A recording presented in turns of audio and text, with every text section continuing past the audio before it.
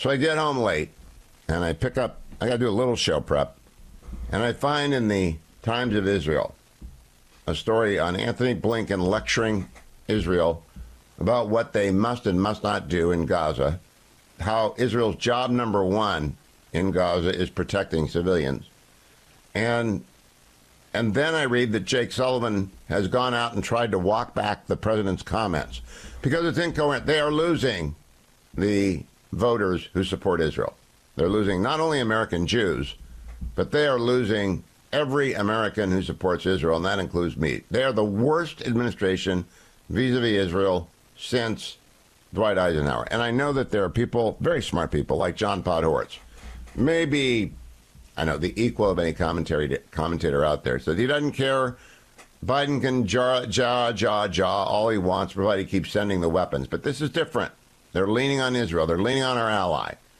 It is dangerous to be an ally of Joe Biden. It's great to be his enemy. He'll send you billions of dollars, W noted last night, billions of dollars in sanctions relief. The one policy that both W and Trump 100% agreed on is cut Iran's money off. They're the source of evil across the world. And those two guys are right, and Joe Biden is wrong, and Robert Gates is right that Joe Biden has always been wrong. But I remind you, this is what President Biden said on Saturday to Jonathan Capehart, cut number 28. What is your red line with Prime Minister Netanyahu? Do you have a red line? For instance, would invasion of Rafah, which you have urged him not to do, would that be a red line? It is a red line, but I'm never going to leave Israel. The defense of Israel is still critical. So there's no red line. I'm going to cut off all weapons so they don't have the Iron Dome to protect them. They don't have. But there's red lines that if he crosses them, he cannot have 30,000 more Palestinians dead as a consequence. All right, so he said, I want you to hear, he said, there is a red line, and they can't go into Rafah. He said it. They've been leaning on Israel via anonymous leaks until yesterday. Then they realized, oh, man, this is not going well. People in America really like Israel, and they don't forget 10/7. So they sent Jake Sullivan, the national security advisor, out to try and clean up the damage yesterday. Cut number 26. When it comes to the issue of the hostage talks, one of the things that I have found somewhat absent from the coverage is that what we are talking about in the first phase is women, elderly, and wounded civilians. Those who would like to see a ceasefire in Gaza, a ceasefire is on the table today for 6 weeks to be built on into something more enduring if Hamas would simply release women, wounded, and elderly.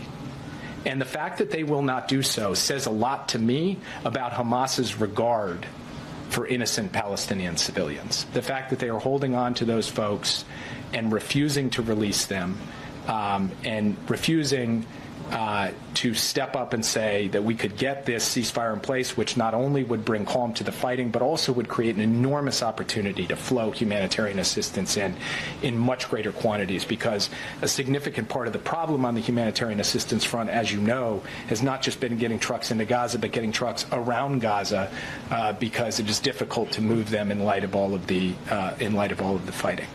Now, we've also encouraged Israel to stay at the table, stay engaged, because we believe that there still is scope for this deal to get done.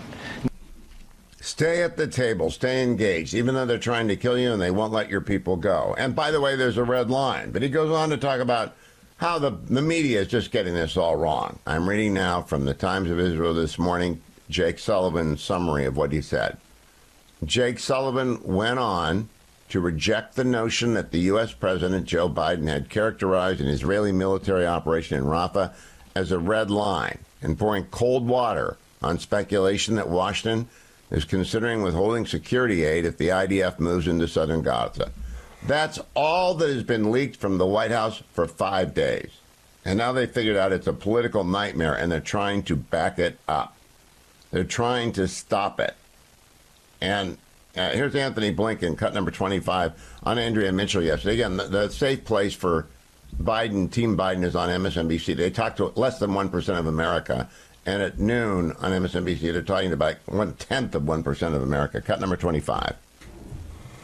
What we've seen in terms of food, as well as other supplies, going to the second part of your question, is, of course, the Israelis have been not only allowing food in, they have been working to make sure that it gets in and gets to people who need it. We've seen throughout this process, first the opening of Rafah back in October, after my first visit to Israel, many hours of discussion. Oh, it's his visit. His visit.